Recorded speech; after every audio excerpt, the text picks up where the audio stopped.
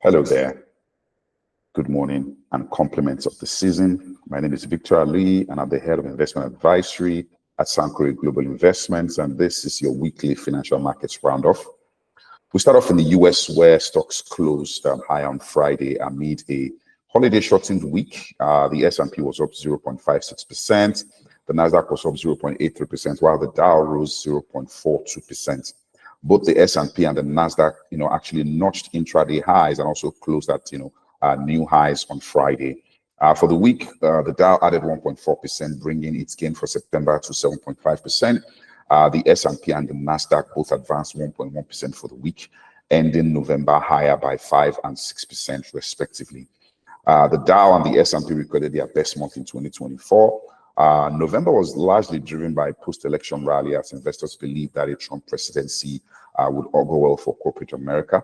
It was also a broad-based rally with the Russell 2000 surging about 10.8% in the month of November. Stocks have also benefited from the expectation that interest rates would remain on a downward trajectory. Fed fund futures are now pricing in a 66% chance of a 25 basis points cut later this month when the Fed convenes for its final meeting of the year. We think that we're likely to see the upward momentum continue to the end of this year as a seasonal tailwind kicks in. So typically you have that Santa rally. We expect that to kick in, and that coupled with the current sentiment that we are seeing in the market, we're certainly likely going to end the year at record levels. The S&P is up more than 26% year to date already. It's on track for its best year since 2021. For the rest of this week, really, I believe that the market will basically be watching out for some economic data on manufacturing and construction spending, whilst we also have some Fed speak in the course of the week. The Fed president of New York will be speaking, and another Fed chairman, president would also be speaking. So obviously, the market will be looking to these speeches to get a clue as to what the Fed is likely to do at its meeting and later this month, and also critically what the path for interest rate trajectory going into 2025. Eurozone inflation climbed to 2.3% in November, essentially in line with expectation.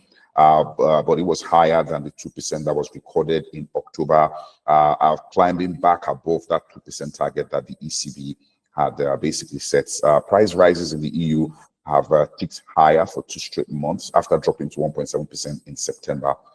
Core inflation came in at 2.7% for the 3rd straight month, as service inflation remains really, really sticky. Markets have fully priced in a 25 basis points cut from the ECB at its meeting in December, which will basically mark its 4th trim, this year. Talks about a 50 basis points cut essentially faded, given the resurgence in inflation and also a slight improvement in growth in the euro area. Over in Asia, in a surprise move, really, the Bank of Korea cut its benchmark rate to 3%, essentially in a move to basically boost its economy amid growth concerns. We saw Q3 GDP coming at 1.5% below the 2% target. It's also important to mention that this is the first time that the bank is implementing 2 back-to-back rate cuts since 2009. The bank has also gone ahead to lower its growth forecast for 2024 to 2.2%, down from the 2.4% that it had earlier put out in August of this year. Over in India also, we saw GDP growth coming at 5.4% for the 2nd fiscal quarter that ended in September. This was much lower than the 6.5% that had been expected, and also lower than the 6.7% that we saw in the previous quarter. This is the slowest, growth rate or pace of growth that we've seen since the last quarter of 2022. Slow growth in manufacturing and mining were, major headwinds in what has been described as a broad-based slowdown. In reaction to this data point, the yield on the 10-year Indian government bond dropped by about 16 basis points, as the market really now expects that the RBI, that's the Reserve Bank of England, would cut rates to support flagging growth. This could, however, prove challenging as inflation have recently risen. So this could be a challenge for the RBI to really navigate. Really remains to be seen how it would go about this. In the Middle East, last week, Israel and Lebanon agreed to a permanent ceasefire following a year-long conflict between Israel and Iranian-backed groups. This ceasefire is expected to create a situation where over the next 60 days, the Lebanese military will essentially take over its own territory, while civilians on both sides can return to their homes. Now, this marks a major de-escalation of hostilities in the region and hopefully could pave the way for greater security and stability in the region.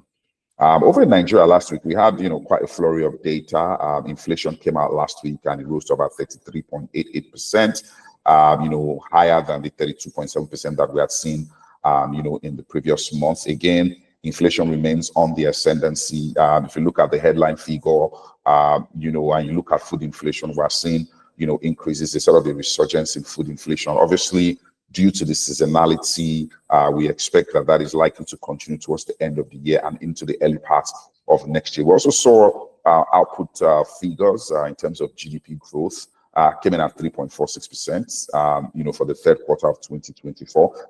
This was higher than the 2.54% that we had seen, in the third quarter of 2023, and also higher than the 3.19% that we had seen in the previous quarter. That's the second quarter of. This performance was largely, driven by the service sector, which has, basically remained the story of our growth, which recorded a growth rate of about 5.19% and contributed about 53% to aggregate, GDP growth. Also last week, the Monetary Policy Committee of the Central Bank met, and in a bid to really further rein in inflation and, create price stability, we saw a 25 basis points increase that took the benchmark rate to 27.5%. All other parameters essentially stayed the same. We really haven't seen much of a reaction, in the fixed income market to these numbers and, to the latest MPC move.